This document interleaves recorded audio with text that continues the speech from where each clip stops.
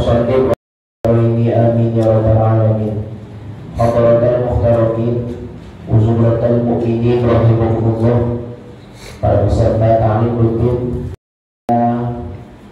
mohon izin tidak membahas kita Fathul Qorib seperti pada malam-malam sebelumnya.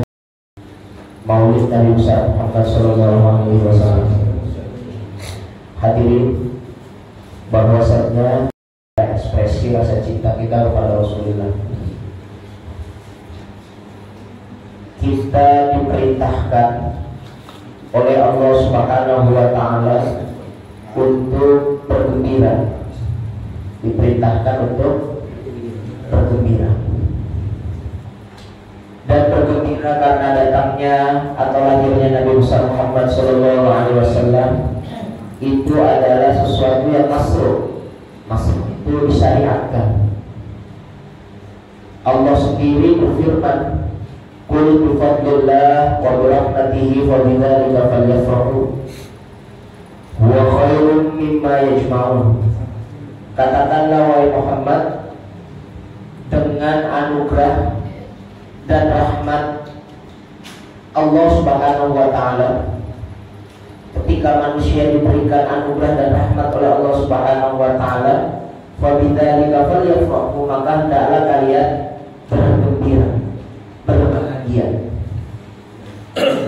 Wa khairum mimma yajma'un, yang demikian itu lebih baik daripada apa yang kita kumpulin.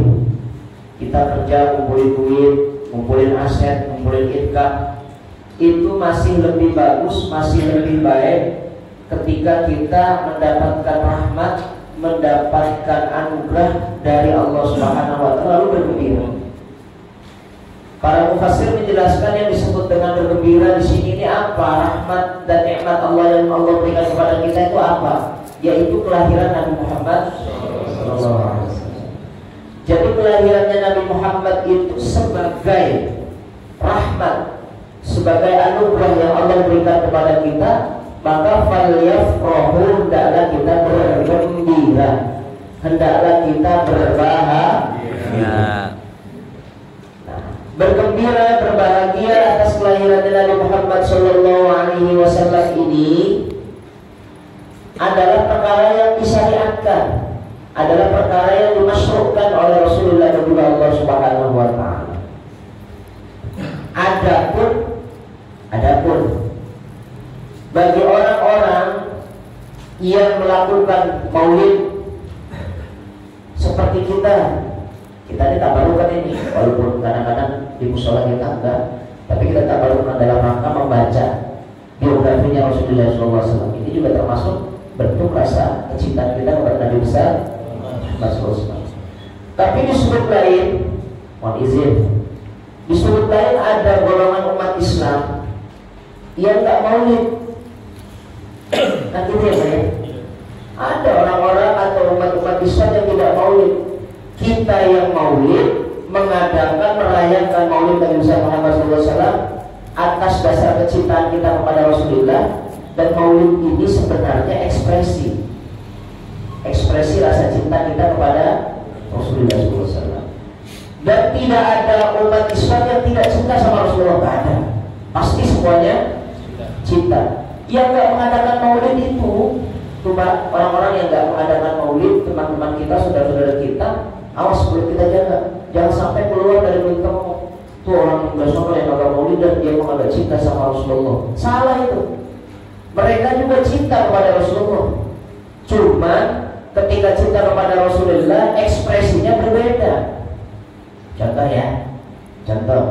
Kalau kita punya bini, kita punya istri, maka kita sayang kepada istri kita, sayang kepada bini kita, itu ekspresinya beda-beda. Antara saya dengan Pak Sakio beda. Mungkin antara Pak Sakio dengan Pak Agus juga beda. Pak Agus nih cinta sama bininya, ATM-nya diserahkan semua sama bini. Oh, pakai jalan-jalan. Ekspresi. Emang ada isinya?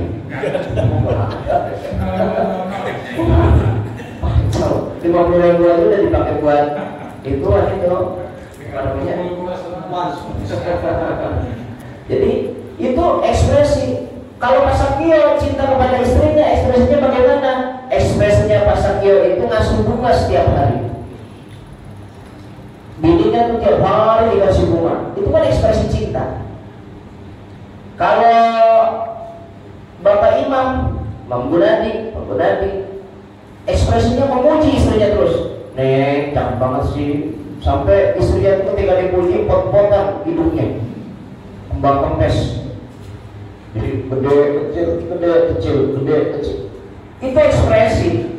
Nah, kita sebagai umat Nabi besar Muhammad SAW semuanya pasti cinta Rasulullah. Gak ada yang tak cinta Rasulullah, pasti cinta Rasulullah. Cuma ekspresinya berbeda-beda. Bagi kita mengejawantahkan ekspresi cinta kita kepada Nabi besar Muhammad SAW dengan jalan apa? Maulid. Lakukannya dengan maulid. Kawan-kawan kita yang tidak melakukan maulid itu juga cinta sama Rasulullah. Ekspresinya macam-macam. Kayak di Saudi, di Makkah, Madinah itu, kalau datang bulan maulid, itu 12 Rabiul Awal tepatnya udah khusus hari kelahiran Rasulullah, nggak ada maulid. Apakah kita berani bilang mereka nggak cinta sama Rasulullah? Yang di Saudi sama yang di Makkah, di Madinah itu, enggak, mereka juga cinta sama Rasulullah. Cuma ekspresinya berbeda. Mereka keluar dari Masjidil Haram, Masjidil Aqsa, Masjidil Nabawi, itu biasanya ngasih coklat. Anak-anak kecil, orang-orang tua yang lewat kasih coklat. Ketika dikasih coklat, Yaumul Milad, seperti itu. Itu menunjukkan bahwasanya mereka juga cinta. Cintanya pakai ngasih coklat, kan itu. Nah, kenapa kok kita di Indonesia banyak merayakan peringatan Maulid? Hati-hati, mohon maaf ya Pak, sekali lagi, jangan tuduh orang yang gak Maulid, gak cinta Rasulullah. Begitu pula yang tidak mengadakan, jangan tuduh yang Maulid dan itu bid'ah. Nanti ketemu nih Islamnya nih. Kadang-kadang kalau kita kan enggak, dia usah tuduh dulu kalau cinta sama Rasulullah. Kenapa? Ini kalau gak Maulid, oh berat ya. Yang kagak Maulid bilang, yang kagak cinta sama Rasulullah. Kenapa? Karena ngada-ngada. Perilaku ngada-ngada itu bid'ah. Jangan Rasulullah kagak ada, kita melakukan Maulid, berarti bid'ah. Kullu dhalalah bid'ah. Yang bid'ah itu melakukan kesesatan, dan kesesatan itu masuk ke dalam neraka Allah Subhanahu wa taala. Nah, ini nggak enak. Mohon maaf ya. Nggak enak. Jika saja Rasulullah SAW dibangkitkan lagi sama Allah, dibangunin lagi sama Allah, melihat umat Islam saling berdebat, saling mengkafirkan, saling mengeluarkan dari ajaran agama Islam, kok pakai hadis Rasulullah, nangis itu Rasulullah. Pakai kita dikeluarkan dari Islam, nggak pakai hadis bid'ah. Kita mengeluarkan orang-orang yang tidak maulid dengan mengatakan tidak cinta, pakai hadis Rasulullah juga. Maka nanti Rasulullah itu nangis, kata Rasulullah, wah umat saya pada berantem atas nama saya lah. Kata Rasulullah SAW, betapa luar biasa. Maka yang maulid jalan terus, yang nggak maulid ya udah nggak apa-apa. Ini yang terbaik, kan gitu ya. Nah, oleh karenanya, kenapa saya pernah dikasih tahu begini sama orang-orang begini ngomongnya. Ustaz, kalau maulid itu kan memang nggak ada zaman Rasulullah. Karena begini. Sebenarnya begini Pak. Maka Bapak harus paham ya, acara maulidan itu sebenarnya intinya itu bukan ceramah. Saya kasih tahu, acara intinya itu bukan ceramah. Maka kita ini salah persepsi terus karena kurang belajar kita kadang-kadang. Orang kalau sama penceramah yang datang maulid, luar biasa dilakukan, dijemput, kasih sangu yang besar, kan gitu, kasih makanan, kasih besek dan lain sebagainya. Inti daripada maulid itu sebenarnya adalah membaca maulidnya itu. Baca maulid itu astagfirullahnya itu. Kok bisa bilang inti? Yang dibaca itu sebenarnya bukan zikir, bukan wirid, tapi biografi Nabi Muhammad SAW. Ada namanya berjanji, maulid berjanji. Maksudnya berjanji itu apa? itu biografi Rasulullah ditulis oleh Syekh Barjanji. Begitu. Ada maulid namanya Azab. Maulid atau biografi Rasulullah dari mulai dia dikandung sampai dia wafat ditulis sama Syekh Azab. Ada maulid namanya Diba. Itu ditulis sama Syekh Diba.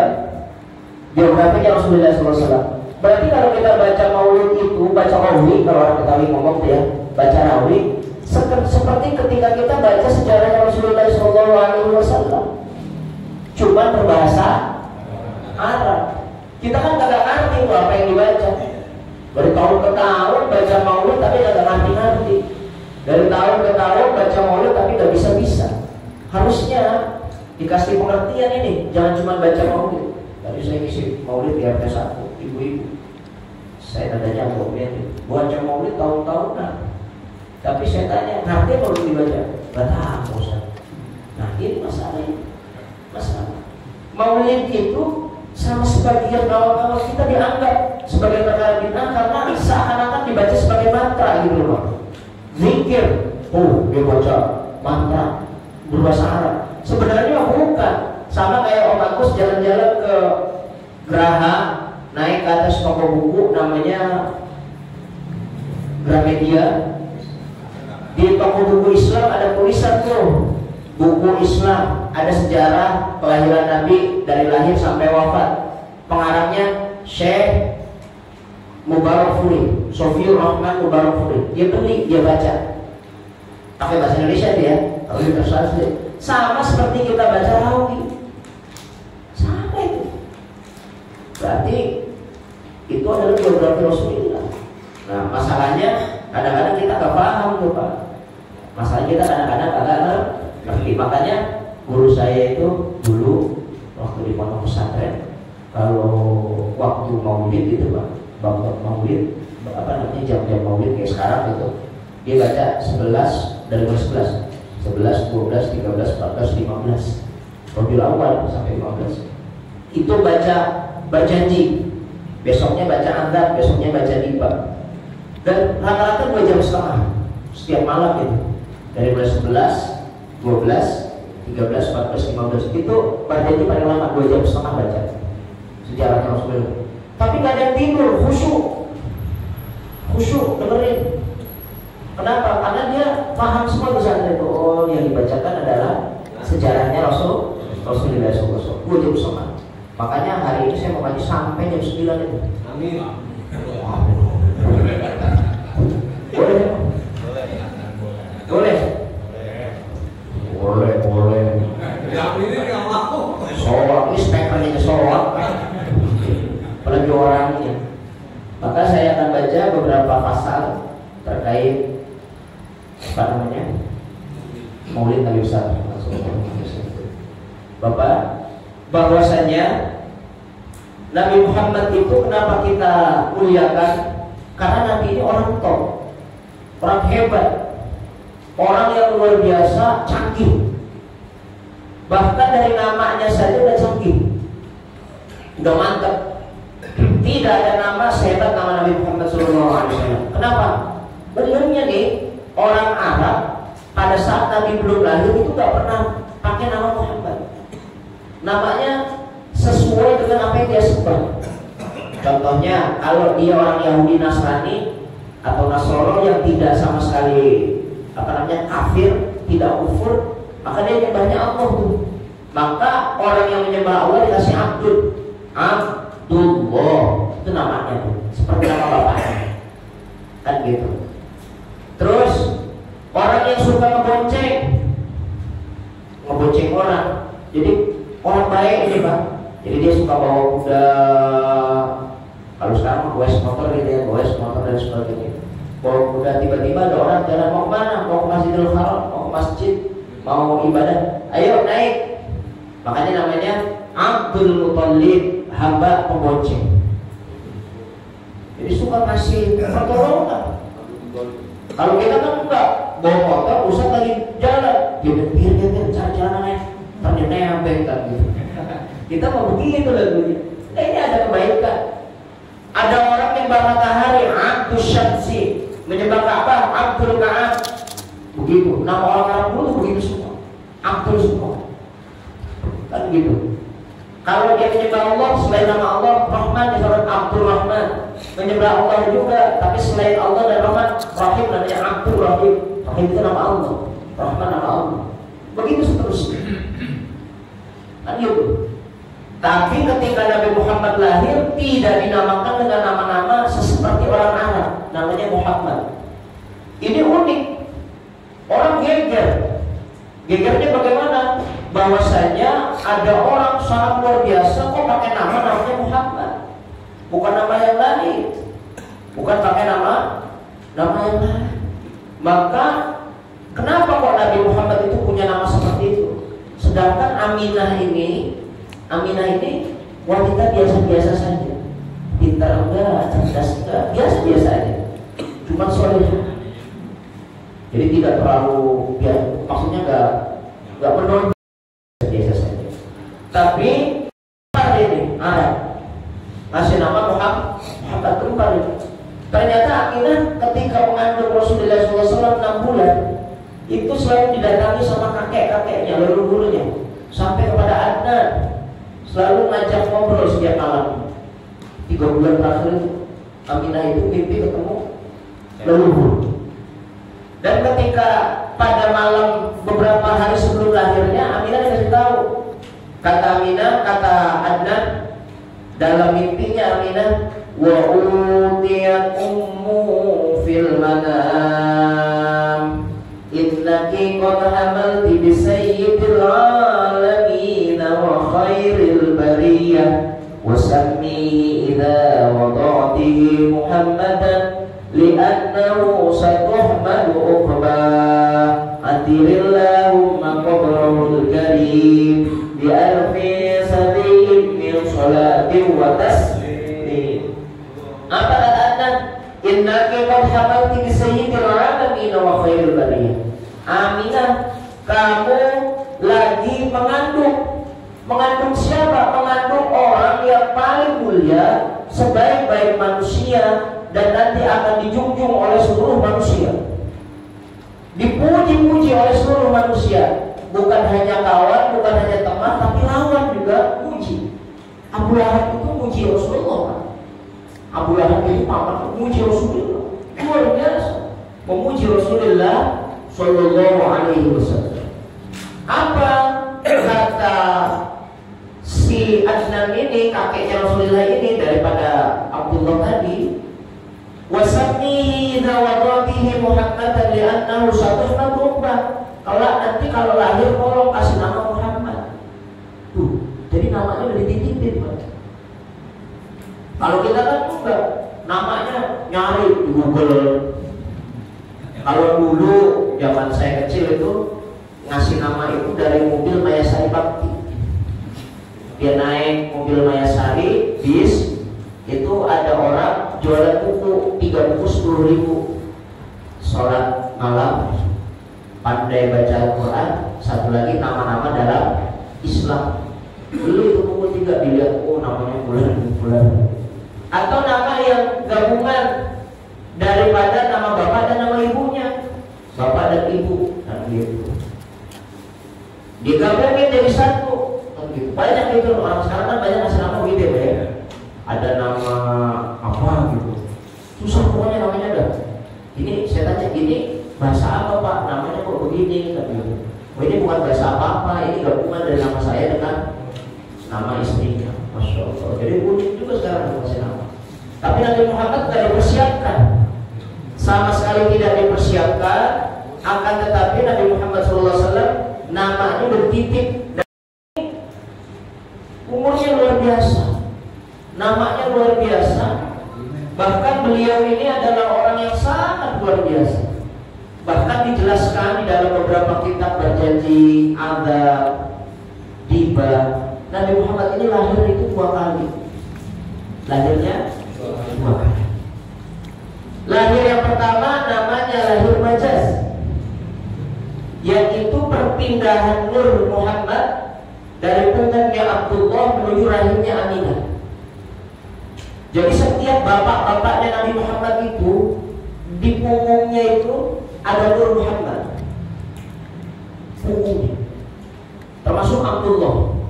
Abdullah ini di punggungnya bawa Nur Muhammad, sehingga Abdullah, konon satu riwayat, Abdullah ini kulitnya nggak putih, Pak. Juga tidak hitam gitu. Nabi Muhammad juga gitu, putih enggak, hitam tidak, coklat juga enggak. Jadi biasa lah, orang biasa Abdullah ini. Dan termasuk bukan orang yang tampan. Ini murwal wajah ini. Kalau di sawah, kalau di padang, kok orang bisa nyaman melihat Abdullah? Kalau bahasa orang Jawa namanya sumeh. Sumeh itu gampang senyum, lalu ketika dipandang bikin hati kan tenang.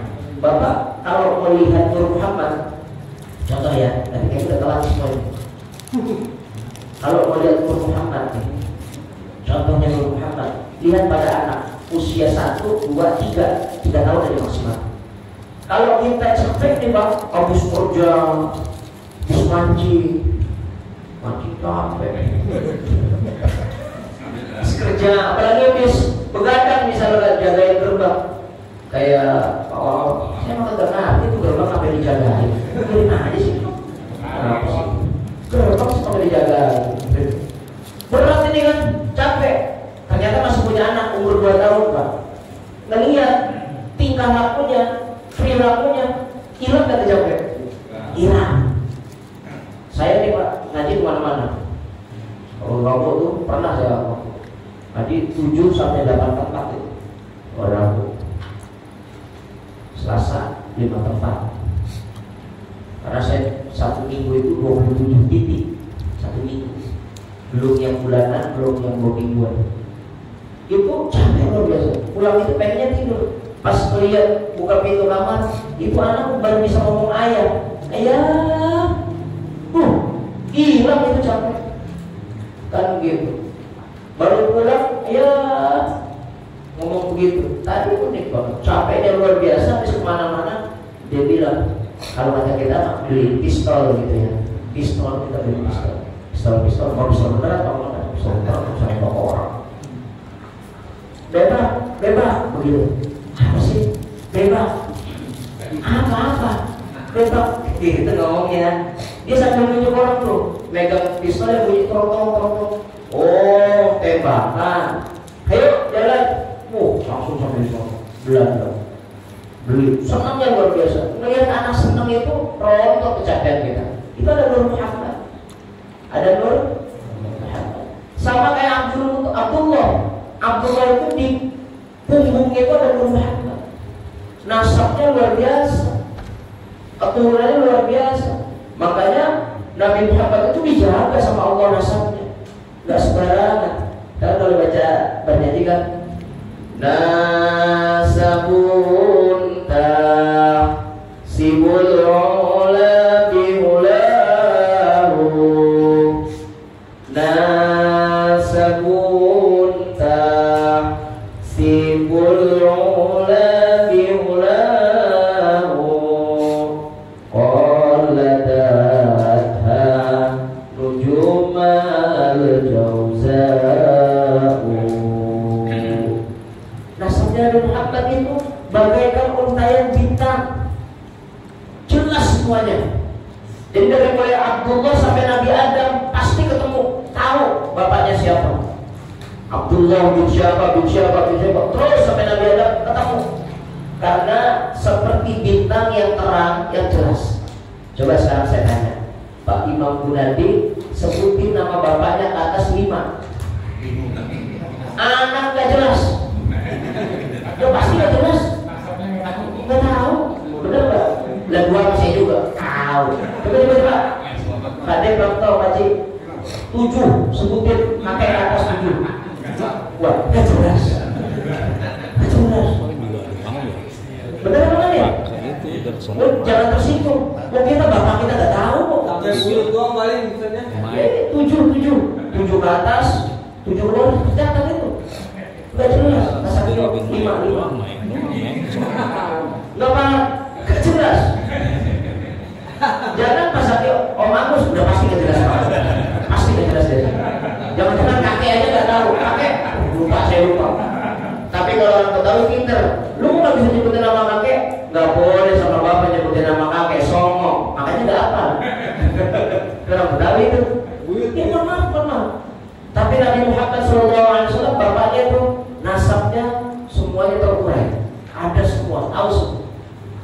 Bahkan karena bapak-bapaknya Nabi Muhammad SAW ini akan dikehendaki untuk membawa Nur Muhammad, maka dijaga orang-orangnya.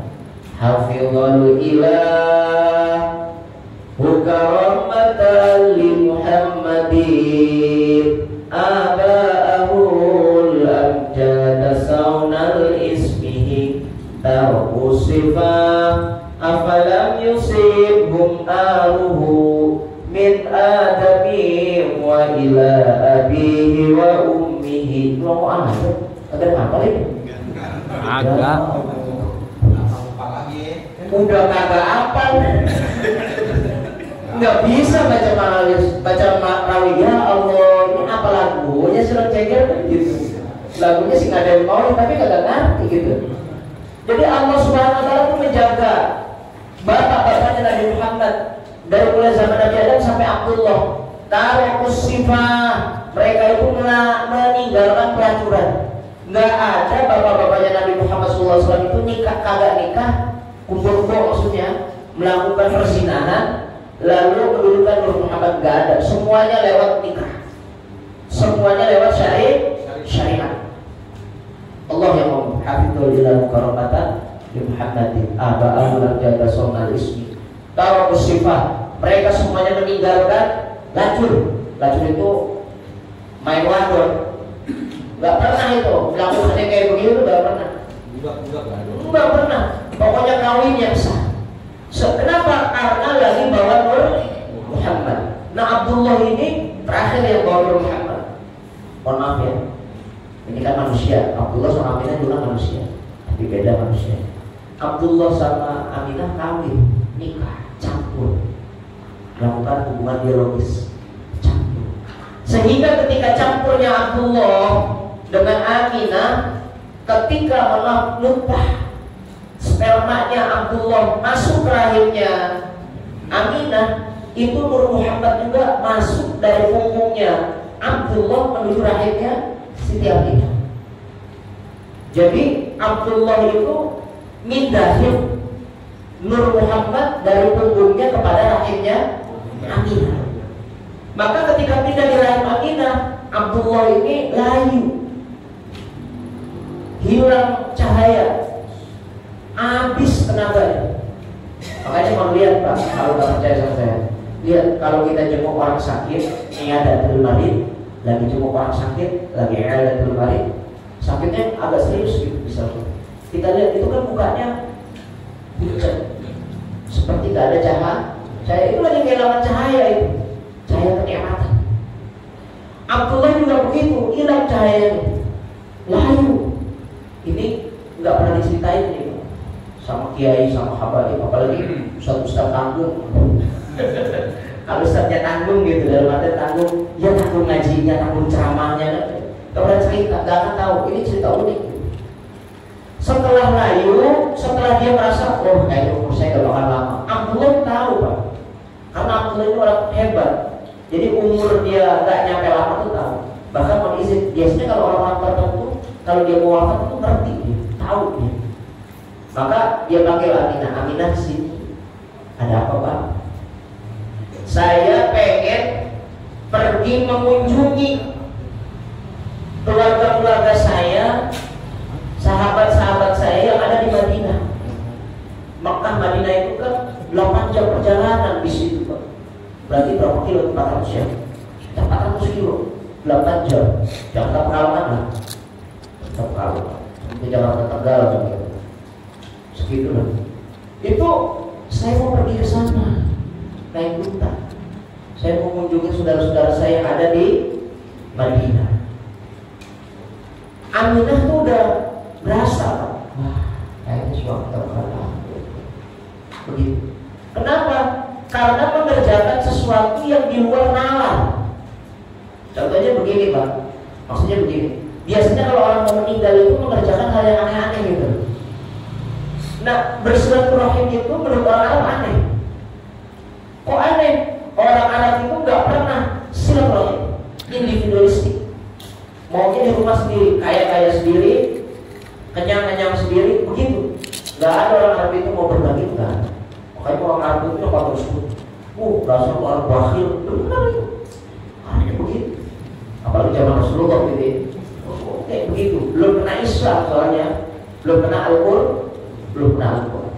Abdullah mau mengunjungi saudaranya, Abdullah mau mengunjungi sahabatnya, jauh lagi di Madinah. Kata Aminah, kayaknya nggak bakalan lama ini Bapak.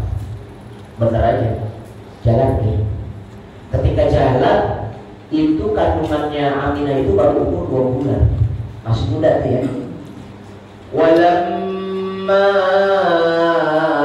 tamma min hamlihi syarani ala mashhuril aqwalil marwiyah tuwfiya bil madinatil munawwarati abuhu Abdullah. Ketika Nabi Muhammad SAW 2 bulan di dalam kandungan, hati-hati, bukan 6 bulan yang masyhur ini. 2 bulan di dalam kandungan, Abdullah melakukan perjalanan menuju Madinah untuk silaturahim.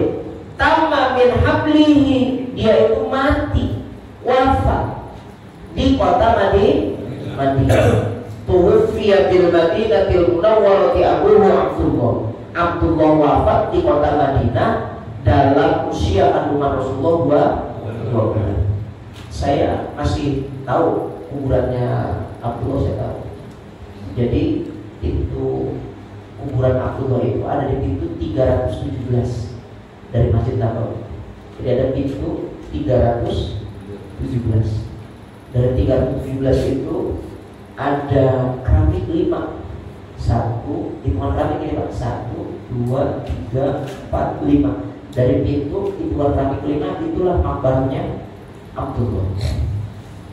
Jadi tahun 80, ini Mbah Mun yang cerita. Kata Mbah Mun, tahun 80 beliau itu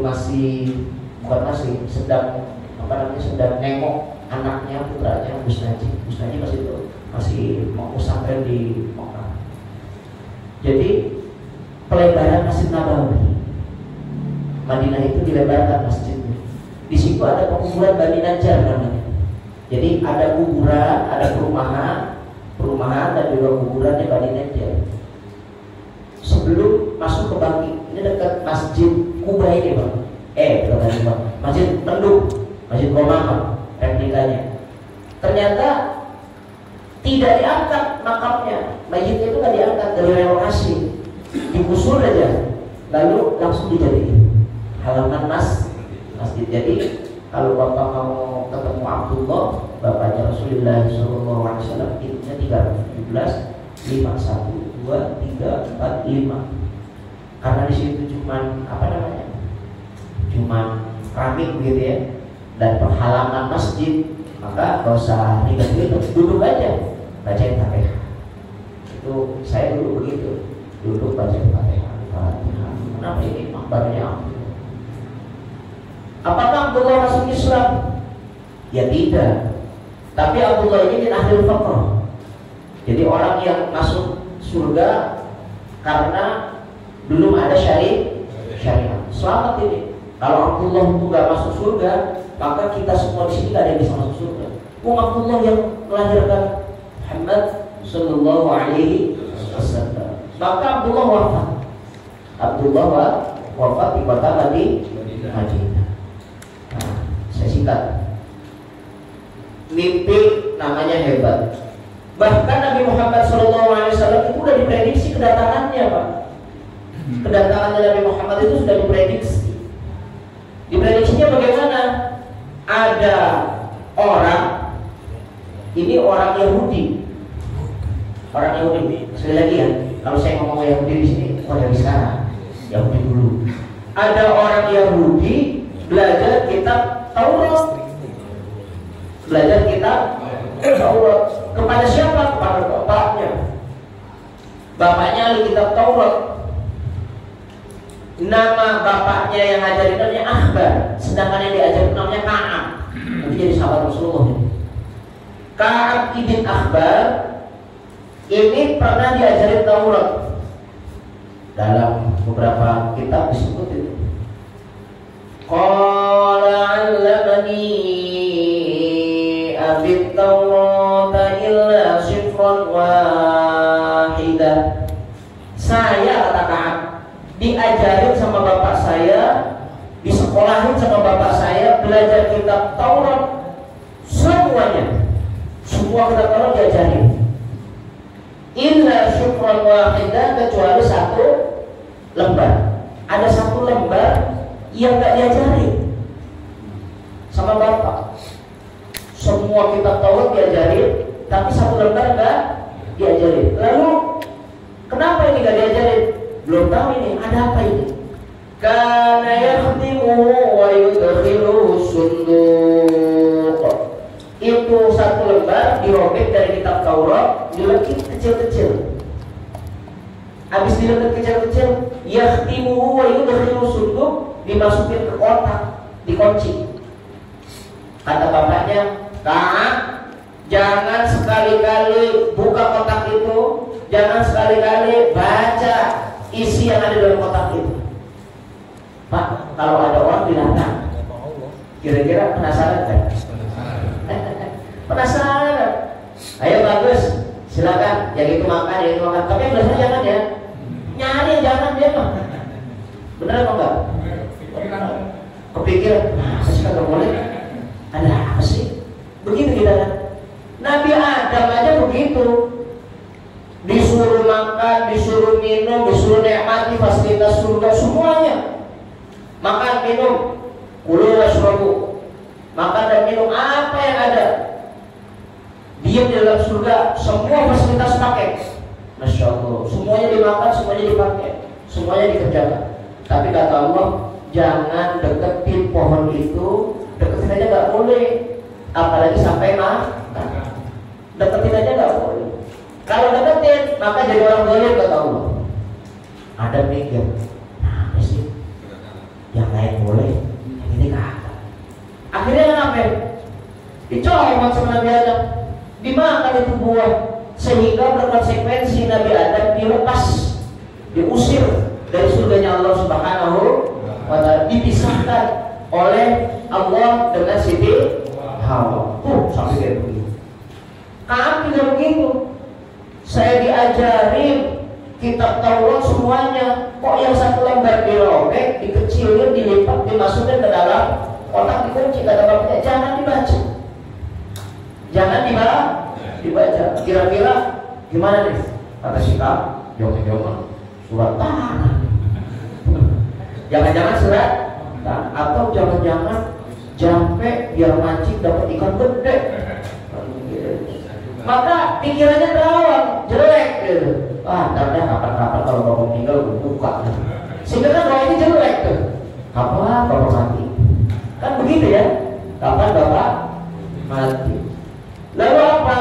Beberapa tahun kemudian, falamma mata abi fatahtu fa idza fihi nabiyyun yakhruju akhir zaman mauliduhu bi Makkah wa hijratuhu bil Madinah wa sultanuhu bisyam. Apa kata kertas itu ketika mati bapaknya? Lalu setelah dikuburin rapi, saya ambil kunci, saya buka kotak itu. Di kotak itu ada tulisan. Kertas itu bertuliskan apa? Fa idza fihi nabiyyun yakhruju akhir zaman. Kelak nanti akan ada nabi akhir zaman. Mauliduhu bi Makkah, lahirnya di kota Makkah. Wa hijratuhu bil Madinah, hijrahnya di kota Madinah. Wa sultanuhu bisyami, dan menjadi raja, menjadi penguasa di tanah Syam. Syam itu sekarang Saudi Arabia, Madinah, Yaman, Mesir, Maroko, termasuk itu. Itu termasuk dari dataran Syam. Yaman, Irak itu termasuk Syam. Kalau sekarang Beda dengan Syam yang sekarang. Kalau Syam sekarang itu Syria. Kalau dulu Syam dulu itu Hijaz, dataran Arab. Jadi Nabi Muhammad menguasai dataran Arab. Kata si Ka'ab, Masya Allah, ada Nabi akhir zaman. Ini dirahasiakan sama orang Yahudi, termasuk sama bapak saya Rahim. Rahim berarti ya, Rahim itu pemuka agama orang Yahudi. Kok dirahasiakan? Akhirnya Ka'ab ini apa? Nunggu Ka'ab itu. Kapan Nabi Muhammad lahir? Kapan Nabi Muhammad lahir? Maka pada saat itu terjadi lahirnya Nabi tahun gajah. Disebut tahun gajah. Kenapa disebut tahun gajah? Karena pada saat itu Nabi Muhammad SAW ketika dilahirkan ada sekelompok pasukan gajah dari Yaman nyerang Ka'bah, namanya Abroha. Jangan Abraham.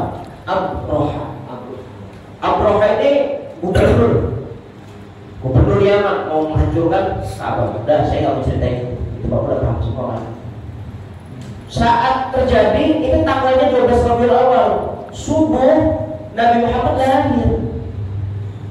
Subuh itu jam 2, orang jam 2 sampai jam 3. Ketika Nabi Muhammad SAW lahir, semua yang gelap terang.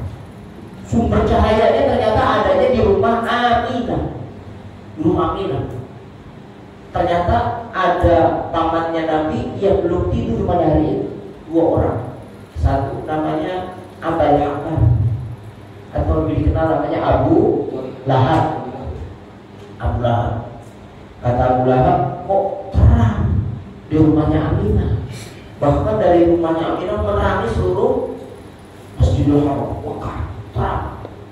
Budkus sobah, seperti waktu subuh ketika mau keluar matahari, terangnya luar biasa, keluarnya fajar. Maka kan ada qasidah tuh, bapak kan kalau kita lagi maulid itu suka qasidah tuh ya, Marawis, apa lagi, Timbri dan sebagainya. Apa sih namanya begitu? Alhamdulillah itu. Ada qasidahnya tuh. As-subuh bada wa min talati wa layl taja wa min waqrati. Romo aja Pak. Apa masih? Apa? Ya, Luar kepala itu mah. Di luar kepala. Di luar kepala hilang. Faqar sulah fadla wa hadasu bila bibi wa hadasu bidilati. Begitu ya. Saya juga gak lupa berapa. Itu ada yang begitu. Jadi buku sobat seperti saat mau bangun terangnya luar biasa. Lalu kata Abul Hakam, Abu Lahab ngomong begini, ada apa namanya, budaknya, namanya Suwaibah al-Aslamiyah. Suwaibah, bukan Osaibah, bukan. Kalau Osaibah lagi orang Osaibah itu lagi omah. Suwaibah al-Aslamiyah. Kata Abu Lahab gini, Suwaibah, kok terang ini? Mungkin sudah masuk fajar. Enggak, tapi sumber cahayanya ada di rumah Aminah. Coba cari informasi ada apa. Suwaibah itu lari ke rumahnya Aminah.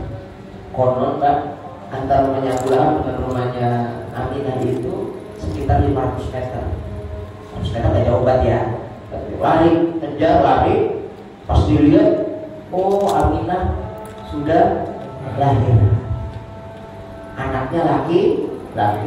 Suwaibah pulang, lari kencang, gembira, ngasih kabar sama Abul Hakam atau Abu Lahab, namanya Abdul Ka'ab, hambanya Ka'bah. Dia ngomong, ya Abul Hakam, wahai Abul Hakam, ponakan kamu lahir, anaknya laki-laki. Ketawa dia, Masya Allah, saking senang. Ketawa, kencang. Apa yang dia bilang? Berarti kakak saya Abdullah punya pewaris. Kalau Padahal dia nggak tahu nanti ke depannya ini bakal jadi musuh yang luar biasa. Oh, berarti Abdullah punya waris. Itu informasi benar enggak? Valid. Kata Abul Hakam, ya Suwaibah, idhab fa'ati khurud. Mulai hari ini kamu merdeka. Kaget Suwaibah. Kok bisa saya merdeka? Kata Suwaibah, kok bisa saya merdeka? Kata Abul Hakam, karena saya gembira, dia lagi senang saya. Ponakan saya lahir. Besoknya pagi semua unta yang ada di kandangnya Abu Lahab dikeluarin 100 ekor. Potong. Setiap orang yang datang dikasih, setiap orang lewat dikasih tanpa alasan. Kasih. Ketika ditanya, ada apa nih? Kok Abu Lahab tiba-tiba jadi orang begini? Sedekah dulu kan gitu. Ketika ditanya, ada apa Abu Lahab? Kok kamu potong sapi begitu banyaknya? Abdullah, kakak saya lahir, punya anak sekarang, namanya Muhammad. Jadi tidak ada pakai obor, punya keturunan keabtar. Kita kalau punya ponakan, ada nggak yang nyembelihin potong 100 ekor? Ada. Oh, goro-goro, najis.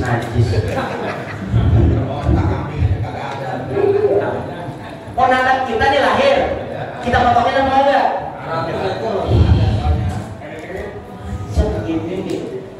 Gitu. Jangan ponakan anak kita jangan lupa. Udah akekah belum? Dia pikirin sampai sekarang aja sebelum begitu. Buka lagi, kayaknya masih mau udah belum. Begitu. Dan anak sendiri. Jadi ponakannya lahir 100 ya Senin. Konon lahirnya Muhammad Senin subuh, berarti jam 2 udah Senin maksudnya ya. Abul Hakam asal bulan itu karena gembiranya luar biasa memotong 100 ekor onta, maka ada alasan ketika dia hari Senin itu nanti gak akan disiksa, dikasih keringanan, gak disiksa, bahkan dikasih khusus hari Senin free libur. Ada disiksa libur ya, disiksa libur lantaran falyafrahu, bergembira atas lahirnya Nabi Muhammad. Apalagi kita, Pak. Kalau kita bergembira atas lahirnya Nabi Muhammad SAW, kita ini punya iman, nggak bakalan dijilatkan di neraka. Percaya saya, Bapak semua susah semuanya. Banyak kita maulidan, ini paling nggak maulidan paling praktis. Tapi saya udah dengar tadi katanya ntar minggu depan maulidan lagi pakai nasi padang. Amin. Bapak komandan, saya kata dia nih, kata dia, memang katanya. Ya Allah, ya Rabbi, Abu Lahab saja nggak disiksa. Apalagi, bayangin ya, Abu Lahab nggak disiksa, harusnya, karena dia bangga terhadap lahirnya Nabi Muhammad Sallallahu Alaihi Wasallam. Faliyafrahu, selalu begitu. Oh, Muhammad hebat. Ternyata kejadian kelahiran Nabi Muhammad ini, Pak, direkam sama bangsa Romawi, direkam sama bangsa-bangsa Goliat, Yahudi dan Nasoro. Kalau Yahudi itu Romawi, kan gitu. Ternyata ada di Iran. Iran ini waktu itu dia sedang dikuasai sama Persia. Persia ini, Romawi ini dikuasai sama Romawi waktu itu. Romawi itu yang kalau pakai helm ada satu lem duduknya tuh, belakang itu Romawi itu namanya. Kalau disebut itu bangsanya Goliat. Nah, Romawi. Di antara agama Romawi yang mereka percaya itu adalah agamanya Majusi. Majusi itu Zoroaster, penyembah api. Tuhannya itu api, disebutnya Avesta. Mohon maaf, disebutnya Ahura Mazda. Tuhannya namanya Ahura Mazda. Kitabnya namanya Avesta. Kitab sucinya Avesta. Dia punya Tuhan api, adanya di menara. Jadi mohon maaf ya, di masjid itu ada menara. Itu Al-Barokah punya menara. Andi Galib ada menara 4, kanan kiri depan belakang, 4 menaranya. Di Al-Barokah berapa satu menaranya? Satu di atas kamar mandi itu. Menara. Menara itu bukan adat orang Islam, bid'ah itu. Saya kasih tahu, bilangin. Yang masjid ada menaranya, bid'ah. Nah, di bawahnya juga ada ya? Bukan. Menara itu tempat naruh Tuhan bagi orang Majusi. Ada kalimatnya. Iya, bangunan, terus ada tungku begitu, ditaruh api, api nyala, kita bisa bantu. Namanya menara, waktu. Makanya kalimatnya Rasulullah SAW, An-Nasara wal Majus aslamu ala yadih. An-Nasara orang Nasrani wal Majus bakal masuk Islam lantaran lihat ini, melihat tanda-tanda kenabiannya dari Nabi Muhammad Sallallahu Alaihi Wasallam. Ada menara isinya api, Avestama, Tuhannya orang Majusi. Itu 5.000 tahun nyala gak pernah mati. Keanginan, kehujanan, kepanasan nggak mati. Itu Tuhan. Ya kalau Tuhan mati mah cemen. Begitu masa Tuhan mati. Emang api korek api mati kan? Itu apinya nggak mati 5.000 tahun. Tiba-tiba saat malam kelahirannya Nabi Muhammad Sallallahu Alaihi Wasallam mati. Kok kena? Kata orang Majusi, aduh, Ciloko. Orang Kediri. Ciloko. Tuhan mati. Pada keluar semua. Ketika ditanya, kenapa Tuhan mati? Waduh, kalau saya nggak ngerti ini, kenapa Tuhan mati? Pemuka agamanya datang, tenang. Bukan cuma manusia yang mati, Tuhan juga mati. Kata pemuka agamanya, coba ambil kitab saya di sana, di bukit sana. Pada datang ke bukit, ambil kitab. Jadi orang-orang Majusi itu naruh kitabnya di atas bukit, taruh diumpetin, maksudnya gitu Pak ya, biasa dibaca sama orang lain. Kalau kita kan ditaruhnya di masjid, taruh dilihat, baca. Kata orang pemuka agama Majusi tadi, ada orang lahir sebagai Nabi dan Rasul, penutup Nabi dan Rasul. Cari orang ini, cari. Kalau mau Tuhan kita hidup lagi. Dengar, pemuda umur 15 tahun, orang dari 14 tahun. Pemuda ini 14 sampai 15 tahun. Namanya Salman. Faris itu negaranya, Persia maksudnya. Salman Al-Farisi. Makanya sahabat-sahabat itu masuk Islam udah tua, senior. Salman Al-Farisi. Dia lalu diutus, Salman, kamu masih muda, cerdas, pintar, coba cari di mana. Ternyata Salman ini orang apa Pak? Kalau kata kita sih agamawan, agamis.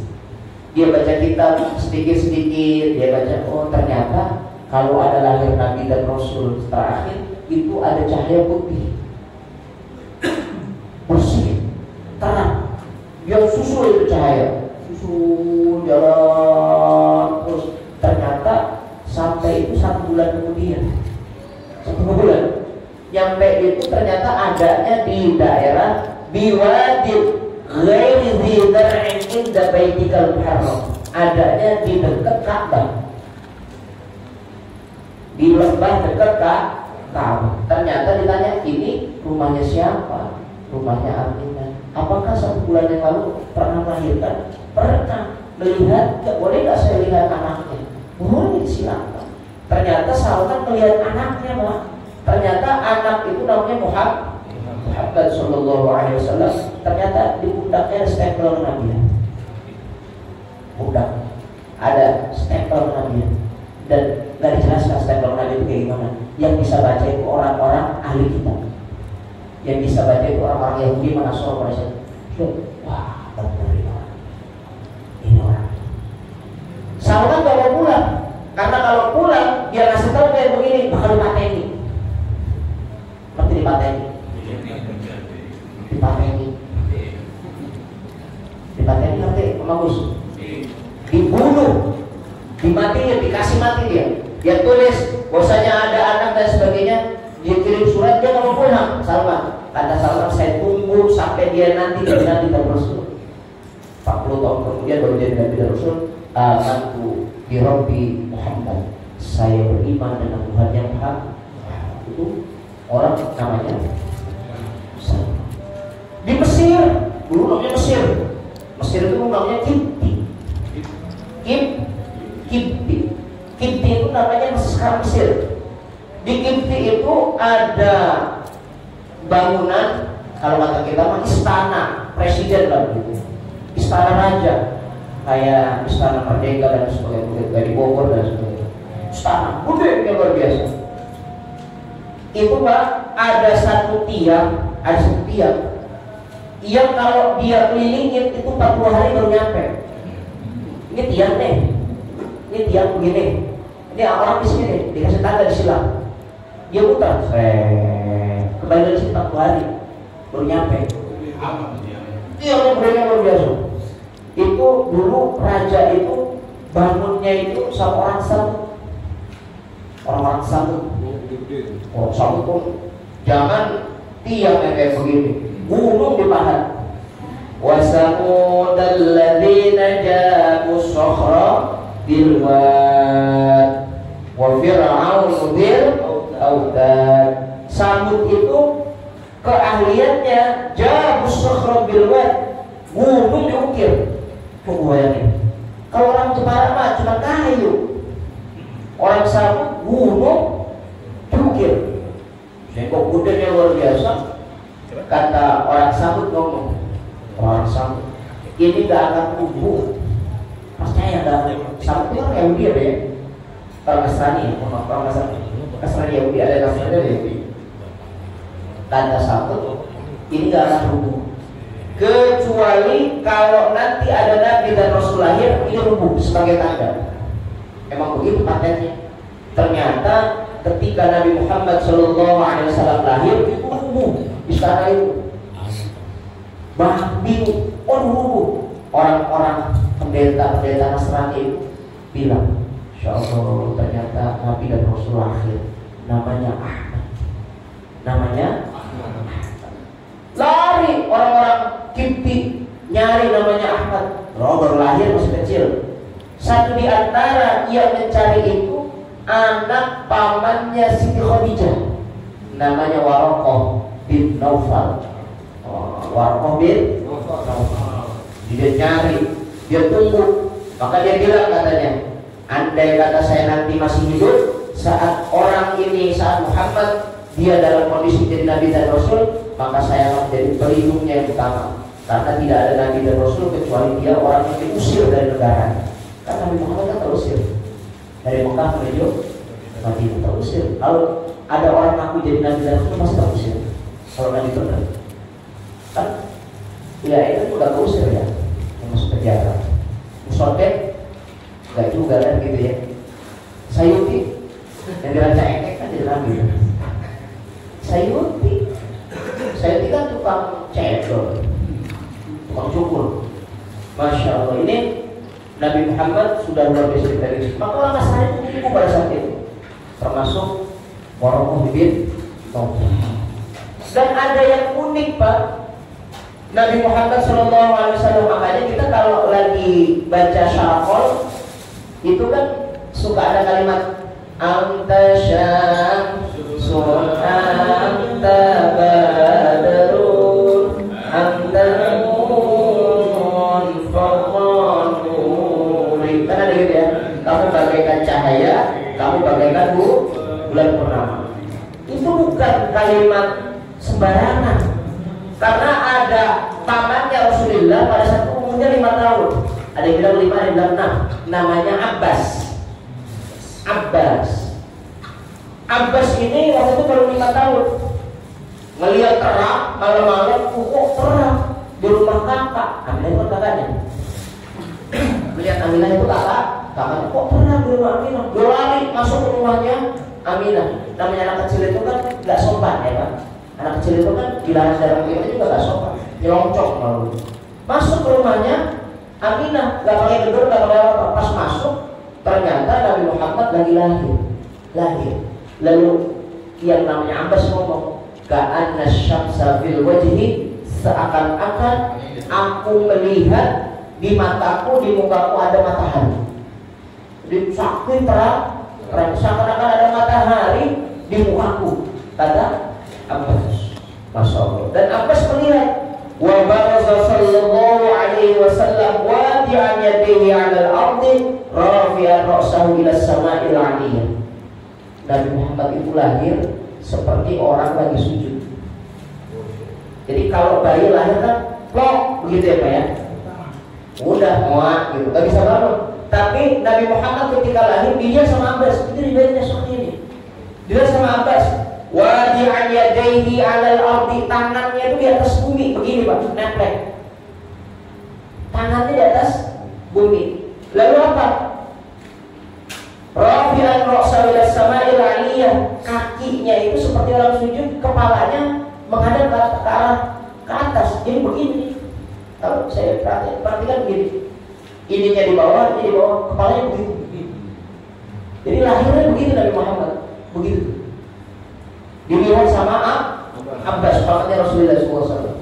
Maka Abbas nanya sama orang-orang yang ahli-ahli nuju, yang ahli-ahli hikmah, kenapa ada orang kayak begini lahir ketika ada besarnya? Saya menyaksikan ada orang kayak begini. Kata dia, tidaklah orang yang lahir dalam kondisi seperti itu kecuali dia bakal menguasai dunia dan dipuji oleh seluruh orang. Benar aja. Siapa yang kagak selawat sama Nabi Muhammad? Allahumma sholli ala sayyidina Muhammad sallallahu alaihi Muhammad sallallahu alaihi wasallam. Itu selawat, jangan suaranya gak enak, jelek, pada selawat kan. Biar kata salah kalimat yang selawat kan. Gitu. Dan jangan aja macam-macam. Jangan macam-macam kalau selawat tadi. Kalau tadi yang benar-benar dari Rasulullah di masjid pakai mic, kan gitu salawatnya yang bagus, yang rapi. Jangan lagu-lagu. Ada mas saya dengar di masjid baca sholawat menurut dia, tapi itu lagu cinta. Nggak tahu deh. Besar, tapi itu lagu cinta atau lagu nasionalis. Sering mohon maaf ya di masjid-masjid. Ya tarim dan begitu. Maksudnya tarim itu kan tarim Yaman gitu, sama seperti ketika kita nyanyi Indonesia tanah air beta, begitu maksudnya. Kalau kita pakai bahasa Indonesia, kalau dia pakai bahasa Arab gitu, dia ngomongnya tarim, kalau kita Indonesia kan gitu. Dibawa di masjid, kok kacau gitu. Makanya cari sholat yang benar gitu, yang biasa-biasa aja, jangan yang agak-agak. Kadang-kadang dibilangnya motor, ini sholawatan, iya dah kata wajah sekarang. Ya kalau kita dihukum, tadi gitu. Ada yang kayak begitu, paham ya? Nabi Muhammad ini jadi orang hebat. Lahir ke dunia Nabi Muhammad SAW begitu sangat luar biasa. Makanya kita bergembira. Karena bergembira diperintahkan oleh Allah. Qul bi fadlillah wa bi rahmatihi wa kadzalika falyafrahu. Disuruh bergembira atas kelahiran Nabi Muhammad SAW. Makanya kita juga ngadain maulid, walaupun kayak begini nih. Ini maulid nanti kan kenapa? Kita ngadain maulid Nabi Muhammad SAW. Oleh karenanya makanan yang Bapak lihat ini nggak boleh nggak habis, harus dimakan. Lagi maulidan, nah gitu ya. Jadi nanti makan beratnya minggu depan.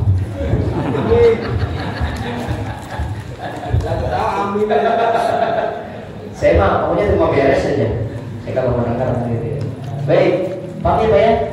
Ada pertanyaan enggak? Ada pertanyaan? Ini baru lahirnya, ntar ke depannya gimana? Silakan. Assalamualaikum warahmatullahi wabarakatuh. Kelahiran Nabi Muhammad itu sudah ditentukan. Nanti yang bertugas di malaikat maut itu siapa aja sebulan banyak kan? Nah begitu.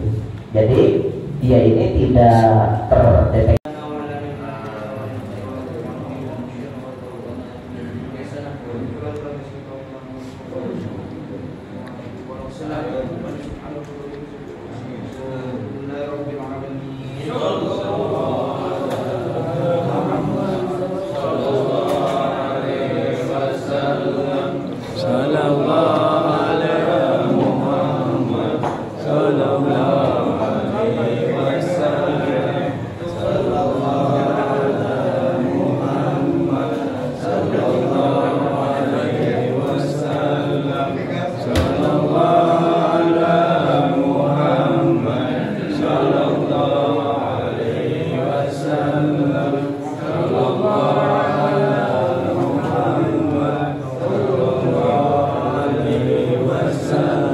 sehat-sehat.